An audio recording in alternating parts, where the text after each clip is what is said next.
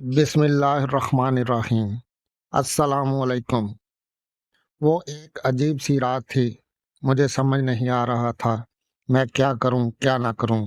شادی کی پہلی رات تھی اور دلہن بنی بیٹھی میری بیوی نے کہا کہ خبردار مجھے ہاتھ مت لگانا، میں کسی اور سے محبت کرتی ہوں، یہ زبردستی کی شادی ہوئی ہے، اور یاد رکھو تم کچھ بھی کر لو میری محبت نہ حاصل کر پاؤ گے، نہ میں تمہیں چاہوں گی۔ اس کی آنکھوں میں آنسو تھے۔ میں حیران و پریشان پاگلوں کی طرح اسے دیکھنے لگا اور سوچنے لگا یہ کیا ہو گیا ہے۔ جب کچھ سمجھ نہ آیا تو اٹھا اور وضو کیا اور نماز کے لیے چلا گیا اور اپنے اللہ سے ذکر کیا کہ یا ربا یہ کیسا امتحان ہے۔ مجھے ڈر لگتا تھا، بہت زیادہ ڈر، معاشرے کا ڈر، خاندان والوں کا ڈر۔ میں ایک مڈل کلاس فیملی سے تعلق رکھتا ہوں اور ایسی اونچ نیچ پر ہمارے ہاں عزت کا جلوس نکل جاتا۔ مختلف سوچیں آ رہی تھیں کہ اگر یہ صبح گھر گئی اور واپس نہ آئی میری عزت کا کیا ہوگا۔ کیا پتہ یہ اپنے گھر میں یہی نہ کہہ دے کہ یہ نامرد ہے، اس سے شادی ختم کرواؤ۔ ایک بار تو سوچا کہ زبردستی کرتا ہوں، گناہ نہیں، میرے نکاح میں ہے، مگر میرا دل نہیں مانا۔ میں نے اس سے بات کرنا چاہی مگر مجھے گوارا نہ ہوا کہ میں اس عورت کی منت کروں جس نے مجھے یوں ٹھکرا دیا۔ اللہ تعالیٰ سے شکوے شکایتیں کرتا کرتا سو گیا۔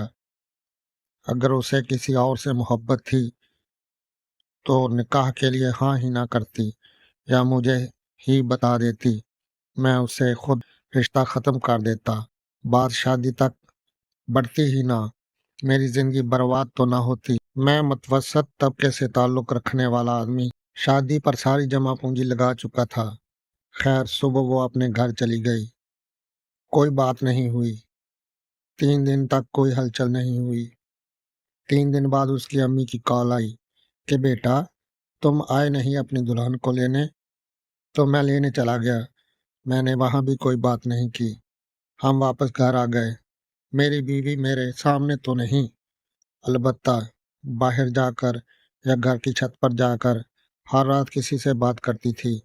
میں نے اس سے پوچھا تک نہیں وہ کس سے بات کرتی ہے، وہ بس ایک بار پوچھا تھا کہ اسے طلاق چاہیے، اس نے کہا نہیں۔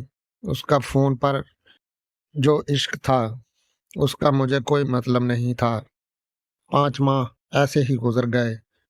میں کام سے تھکا ہر رات میں گھر آتا، کھانا باہر سے کھا آتا، اور جب بھی میں گھر آتا وہ فون پر ہی باتیں کر رہی ہوتی۔ ایک دن اس نے پوچھا ایک بات پوچھوں؟ میں نے کہا پوچھ لو۔ اس نے کہا آپ کو مجھے دیکھ کر طلب نہیں ہوتی؟ میں نے کہا شادی سے پہلے بھی تو کنٹرول ہی تھا، تمہیں کیا لگتا ہے اب بھی نہیں ہو سکے گا؟ مگر اس رات بات کچھ اور تھی۔ میں سویا ہوا تھا کہ میرے موبائل کی گھنٹی بجی، فون میرے دوست کا تھا۔ اس نے مجھ سے کہا کہ تمہاری بیوی کسی اور مرد کے ساتھ فلانے ہوٹل پر بیٹھی ہے۔ مجھے پہلے تو یقین نہ آیا، لیکن جب اپنی بیوی کو گھر نہ پایا تو بے حد غصہ آیا، اتنا کہ مجھے اپنا دماغ پھٹتا ہوا محسوس ہوا۔ میں نے اس کی عزت رکھی، کسی کو کچھ نہ بتایا، مگر اس نے میری عزت نہ رکھی۔ میں ہوٹل کی طرف چل دیا، خود کو پرسکون رکھا۔ وہاں اس کو کسی غیر مرد کے ساتھ بیٹھا دیکھا تو آواز دی اور کہا کہ گھر چلو۔ وہ چپ چاپ گھر آئی۔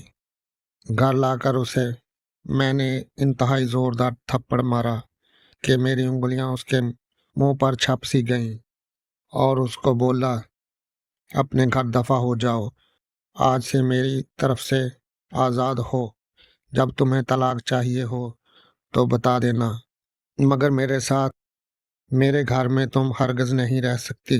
وہ عورت یعنی میری بیوی آج بھی اپنے میکے گھر میں ہے۔ طلاق نہیں مانگی اس نے، اور ہاں جس کے عشق میں وہ پاگل تھی اس نے اس کو اپنایا ہی نہیں اور اپنا مطلب نکال کر بھاگ گیا۔ ایک دن روتے روتے اس کی کال آئی تھی کہ مجھے اپنے نام سے محروم نہ کرنا، بھلے ہی مجھے اپنے پاس جگہ نہ دو لیکن طلاق مت دینا، بس ایک آخری خواہش پوری کر دو۔ میں نے اس کی خواہش کا احترام کیا، اس کو طلاق نہیں دی۔ اس کے بعد مجھے 3 سے 4 سال لگے خود کو نارمل انسان بنانے میں، عورت پر یقین کرنے میں کہ ہر عورت ایک جیسی نہیں ہوتی۔ پھر آخر میں نے دوسری عورت سے شادی کر لی۔ اب الحمدللہ میرے 3 بچے ہیں۔ میری یہ دوسری والی بیوی بہت ہی نیک نکلی۔ پتہ نہیں وہ 2 3 سال جو میں نے حوصلے سے گزارے، اس کی وجہ سے اللہ نے انعام کی صورت میں دیا کہ میں اب تھوڑی سی بھی ہمدردی کو بہت بڑی بات سمجھنے لگا تھا۔ ذرا سا بھی پریشان ہو جاؤں تو میری بیوی کی نیندیں اڑ جاتی ہیں۔ اس کو مجھ سے عشق کی حد تک پیار ہے، اور بے انتہا عشق میں ذرا کام سے دیر سے آؤں یا کچھ میسج نہ کروں تو پریشان ہو جاتی ہے، تائے کی طرح آگے پیچھے۔ بعض دفعہ تو میں جھنجلا سا جاتا ہوں اور اس سے جھگڑ پڑتا ہوں کہ اللہ کی بندی، دودھ پیتا بچہ تو نہیں، ایک وہ پہلی عورت، ایک یہ عورت، میں تو وہی ہوں۔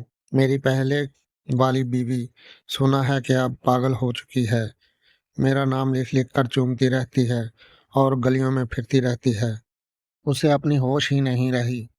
اب 1 2 دفعہ زہر بھی کھا لیا مگر بچ گئی۔ لوگ اب بھی کہتے ہیں میں ظالم ہوں، اس پر ظلم اتنے کیے کہ وہ پاگل ہو گئی۔ اب میں کیا کہوں لوگوں سے؟ اگر میرے کسی بہن بھائی کو میری بات بری لگی ہو تو دل سے معذرت کرتا ہوں۔ دوستو، اگر آپ کو میری یہ ویڈیو پسند آئی ہے تو پلیز لائک کر دیں اور ہمارے چینل کو سبسکرائب کریں۔ شکریہ۔